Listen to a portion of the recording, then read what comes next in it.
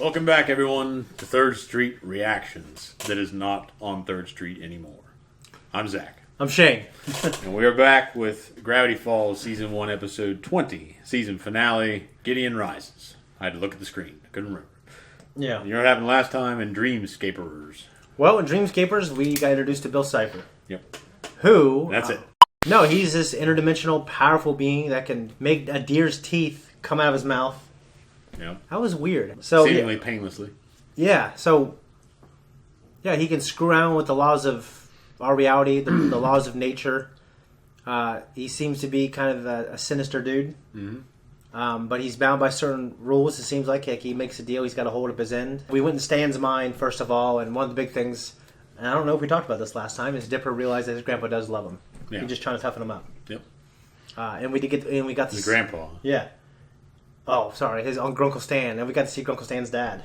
Yep. You know, he got him boxing lessons and stuff like that. Mm-hmm. It was a really, really cool episode. And I can tell, like I said, this is the finale, so I'm hoping that the Mystery Shack isn't knocked down and destroyed by Gideon and his dad. Yeah, bug lethal? Yeah, I'm hoping, yeah. Well, you're about to find out. I just had a horrible dream that Gideon stole the deed to the Mystery Shack and kicked us out, and we all had to move in with Seuss's grandma. That was no dream, dude.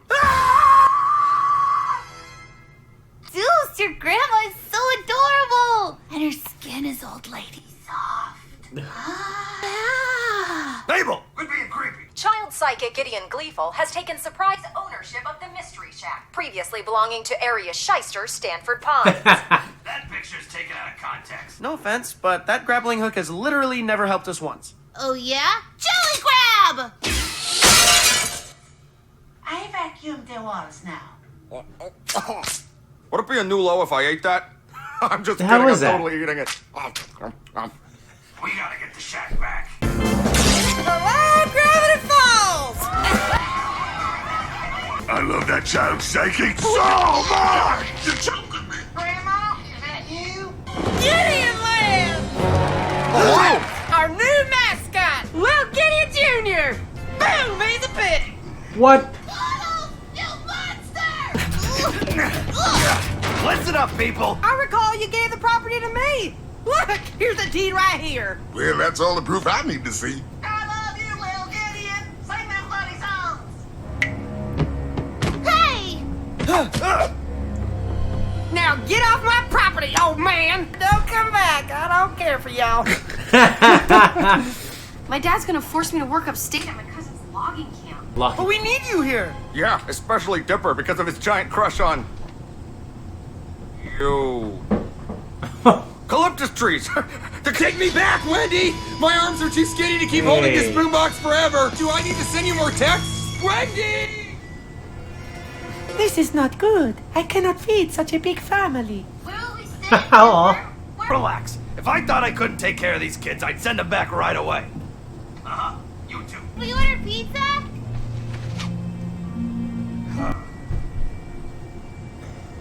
I feel for him. So do I. Little bastard. Back to your corner.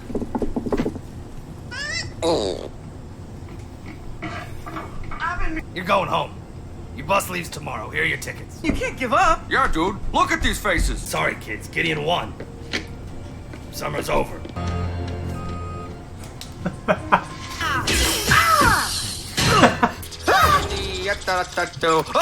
Oh. You want our help after you left me at the altar? No dice. Well, what if we were able to get you a new queen? One even more beautiful than me. Her name's Gideon, and she has lovely white hair. Since the Mystery Shack shut down, I've had to take a bunch of part-time jobs. Hey, is the kitchen supposed to have that much fire in it? You're a good man, child, Seuss. But it's not looking good.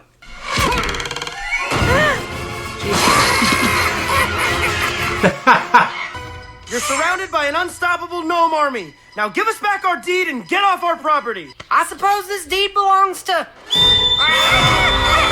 Stop! We'll do anything! How can we serve you, your majesty? The most beautiful girl we've ever seen! I am not a girl! Really? But your skin is so soft. You moisturize her. Subdue them! What? Oh, Lord, no. Could it be? Give it back, or I'll... Or you what, boy? You what? Huh? Boy. No muscles, no brain. Gideon was right. The only courageous or cool things I've ever done have been because of that journal. There's gotta be something we can do. What can we do? What can you do? Sorry, kids. It's for the best. That's a little shitty. Get out! It's finally mine. His mother there. I must have all three for the power to be unlocked. I can't let him leave Gravity Falls. Is it ready? How's like the big boy? Jesus. Just his hair. Oh Lord, it's kind of like Pacific Rim, even though I haven't seen it.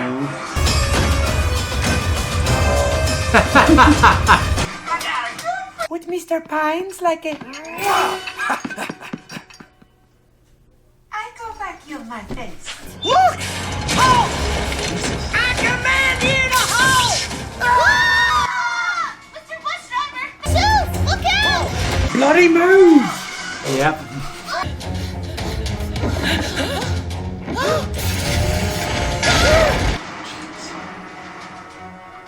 Tell me! Where is journal number one? Number one? Don't play games with me, boy! Jesus. You still think you're some kind of hero? No brains? What are you gonna do, huh? What are you gonna do? That'd be a hell of a run. That is so far away from where he was. I know. I finally won this time!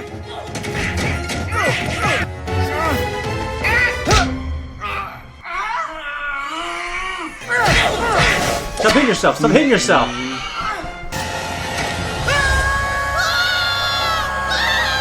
Good.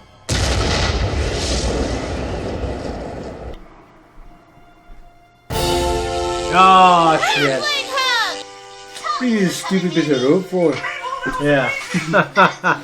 How's this for psychic? Bam! Wait a minute! Is that me? The secret? I can verify that birthmark is indeed disgusting. Hooray! That's me! That's right. These pins are hidden cameras. My hearing aid was picking up the feedback. Who's the fraud now? Little Gideon, you are under arrest. Derlin, the tie the handcuffs. It's like Grogu.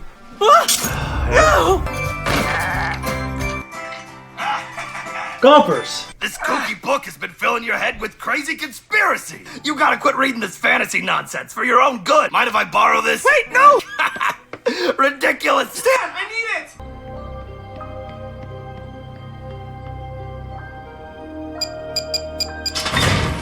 Hey.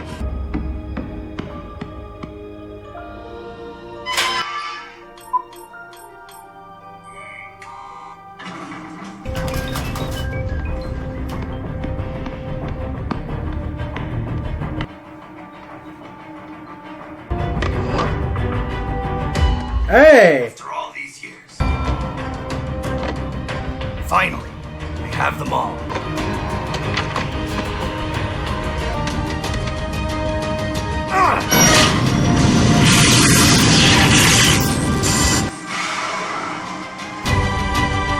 Here we go.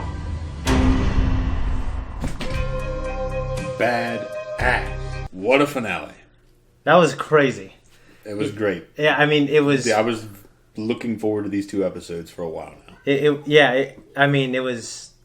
I mean, the big thing is, like, I love when the show does something like that and they just pull the rug out from underneath you and go, wow, there's so much more to the story. Well, this story, the storytellers, the writers, do such a great job at portraying and drawing you in the sorrow, which was episode 19, and the triumph in episode 20.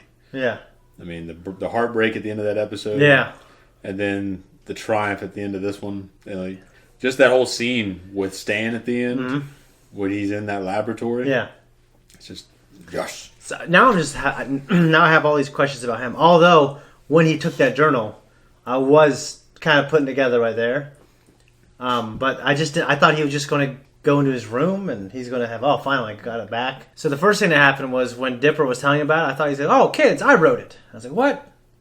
What is he? What secret does he have? And then he took it out of the room and said, okay, well, I think there's something going on with him. And he's going to like go into his room and the light was going to turn on. And you're going to say, and then it was going to show, hey, finally I found this journal, or I finally got my journal back. And he kept going deeper and into, man, it was just crazy. It blew me away. Good. It really did. And now, like, I'm wondering, like, what is the mystery now? And now there's so much more to it than I initially speculated. Yeah, and there's more to come. I mean, that's the big story, is wrapped up in these 2 episodes to give you a very big introduction into some key story elements into these seasons. But one thing I wanted to say, my favorite line of this episode. Yeah. Don't come back. I don't care for y'all. That was so fucking funny. Dude, that was freaking hilarious. I want a chance to say that sometime in my life. Yeah. You gotta say it like don't come back. I don't care for y'all. Or to say it like him. Yeah. Yeah, I was super impressed, honestly, with McGucket. Yeah. It's established in episode 2 or 3 that he builds these crazy devices. Mm-hmm. So he is making the voice changing stuff. So he's very smart. I'm wondering if there's something about him as well. You're wondering, are you? Okay. It's good. Well, it's good that you're wondering. Yeah. I was really not thinking there was anything more to Stan. You thought what you see is what you got? Yeah, I thought he had a backstory, maybe it was tragic or something. But there's more to it. Yep. Yeah. He's just some shyster. Yeah. Well, he is a shyster. Yeah. Yeah, it's really bothered me in a good way. I'm very intrigued. Good. I saw you making notes on this, going back to the episode and taking it step by step, but Robbie begging for Wendy back. Yeah. Well, made me think of John Cusack holding up a stereo, and what movie was that? I don't know because I didn't see it. One of my good buddies in high school did it to a girl. No? Yeah. It worked? She was just mad at him. They weren't broken up. He just did it to he let a bunch get out of the doghouse. Well, I know a guy who asked a girl. They were doing these promposal type things, and I think kids still do it. Which that wasn't quite there when I was there. Although I did do a promposal, if you remember, Third Street House, flowers everywhere. Nope.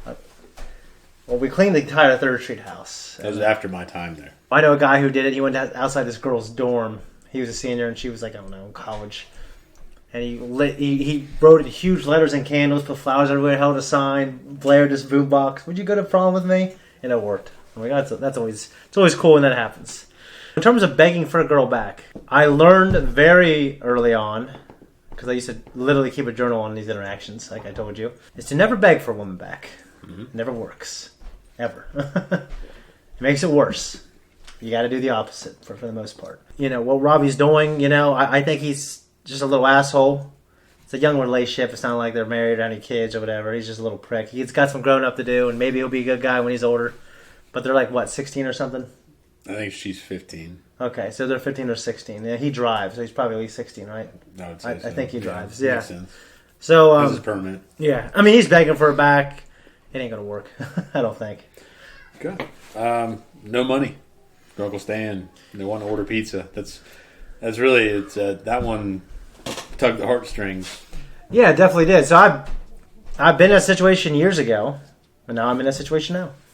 Me too. I used to make a lot of money, filthy rich, and now I make no money, literally. Yeah, I hear you. I make money, but I'm living paycheck to paycheck. Yeah, so I'm, I guess I'm working for my parents doing odd jobs, and I'm barely getting by. I'm working a full-time gig with overtime hours still, and I still live paycheck to paycheck. I mean, it's a reality. I don't even have my own place. I'm living with family. Yeah. So I'm living because of family, pretty much. Yeah. So, and actually, this channel is generating money, but it's an account, and I need to access it. I need to.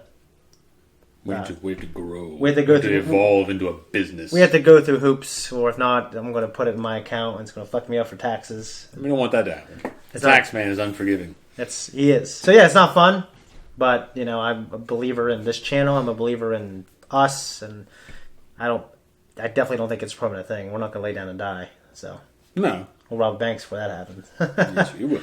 So, yeah. The Gideon bot. And No, that was really cool. I liked how it moved. I think they were inspired by some mech type movies. it's funny because we were just talking about mechs with Gundam. Yeah, we were. Before the last episode or this one? It was before the or last this one, isn't it? Was it? I think it was before the last It might one. have been before the last one. Yeah. But yeah, we were discussing that, so it's cool to see that come into play. I like the imagery, the CG that they've incorporated into this episode. It was done real well. It's outstanding to see it done well because usually I'm a very harsh critic towards CG in films. Yeah. With animation, it's a little different. Yeah, because it's a little more forgiving. Well, for instance, one of the more recent adaptation of Berserk, which is on HBO Plus. Yeah. The characters are all CG. You can tell they're CG. Yeah. It's a little clunky, but in the end, it's pretty forgiving because the story's kind of badass and everything else. Well, I saw a little bit with you. It was horrifying, but awesome. Yeah. I did agree. I thought it looked kind of weird. It's clunky. The grappling hook moment. Well, where they finally came into play. I kept thinking it was going to come into play, and then, like a good show does, it made me forget about it. And then, Well, it just reminded me of Boondock Saints. What are you going to need your stupid rope for? Yeah. All right, Rambo. He pulled the knife up. It's like, I here to take your stupid rope. I forgot about that. And then at the end, when they're in the air duct, they fall down in between all those Russian mobsters and they're hanging by the rope shooting them all. I remember that. I forgot about that until you mentioned it. Good. And then, like the hearing aid, I did call the hearing aid out. You did. You said it was going to come back into play. Yeah. You didn't call out the little buttons, though. No, I didn't. Why I did. But you were on your observations on this show at a few points, especially something you mentioned earlier in this episode. Go! Are good observations. Okay. That's all I was going to say. You're on the right trail. You know, you're a bloodhound on those trails. For Well, the most part, I think sometimes you'll say some shit that's you're close, but you're not there. Okay. But it's okay because I've seen it, so I have. Yeah. Who am I to say anything? Because I've already watched it. The god of it, because you've seen it, you know? No, yeah. So I just love the stuff with the journals, the mystery, and now we have Bill Cipher. What is he? It looked like... So Stan, like, what was he doing? He pulled this lever, and he obviously wasn't summoning Bill Cipher, because you couldn't do that with the one journal, I think. Yeah, I don't know what he was doing or summoning. He needed all three combined with the technology that he had to do it. I really don't know what the hell he's doing, but I'm super intrigued that he's just... There's more to him. Is he really smart and pretends to be dumb? Well, do you remember that Bill Cipher, when Gideon mentioned the Pine's name? Yeah. That he was all of a sudden interested? Yeah. As long as the show hasn't been dishonest about it. We've seen him as a little kid being picked on, learning how to fight. We've seen him as like a teenager with look like the 50s, with a leather jacket and badass hair, with hot pants, whatever. You know, and then she became bell bottoms, whatever. And then we saw him, you know, when they were using the time traveler's device to travel back and forth, and they were outside the cabin in the wintertime, and he was like in his 30s, it looked like. Yeah, but I haven't seen any... Yeah, the show gave me no reason to believe he was more than what we've seen. Mm-hmm. Which... But appearances aren't everything in this show. No, they're not. Except with Seuss. Yeah. I mean, I don't even know, but I hope he is who he is. The Tiny Cuffs, Grogu. You said that he picked up the book. You said he has the book now. The other journal. Grunkle Stan, that is. Yeah. When did he pick it up? Do you remember? Was it right before Gideon? It was around that time when Gideon got arrested, right? But do you remember the imagery? I thought so. Because when he dumped out Gideon's pockets, he picked up the deed, but the book was right under it. Oh, okay. So, well, I thought I remember a point. I just couldn't remember the image in my head. And I think, because I rewatched this so many times, and I just noticed little things here and there. And this time I might be mistaken, but I thought I saw Benjamin Blandon. Yeah, Blandon. Sorry, Benjamin Blandon in the background. This like episode. The time traveler guy. Yeah. When Grunkle Stan comes roaring in the car, and he hits the other car and rolls it over, it looked like him behind the car running away. But there he was. Yeah. Yes, I knew it. Damn. I definitely caught him that time in the corner of my eye when I saw that gray jumpsuit. Yeah. Okay. But I'm so glad you're right. That's so cool. I'm glad when I'm right too, because it doesn't happen all the time. So yeah. I do think rewatching a lot of it, especially the first season starts out slow. Yeah. because I've seen it, Well, and I to know me, and I know what comes later. Yeah. So to me, I have to kind of crunch those episodes. Well, I feel like that was season 1 and probably a little bit of season 2 of Clone Wars. Yeah, there's the beginning of the season, 8 seasons. the beginning of the first season. I mean, it is funny. There's a lot of great moments, but compared to the rest of the series, it's just kind of a grind for me to a certain point. Okay. So, anyway. Well, we got Low Cipher. We got confirmed the time traveler guy's still here. The kids aren't going home, and there's so much more to Grunkle Stan that we realized, and he's more than meets the eye, and it's crazy. Robots in disguise. Ha! Thank you, everyone, for tuning in. If you like what we do here, like and subscribe. You will find us on Instagram and Twitter. And comment below, especially you out there who usually transcribes, that is the incorrect term, maybe deciphers. Yeah. Those things. Decipher. I shouldn't be a newscaster. If you don't, you won't.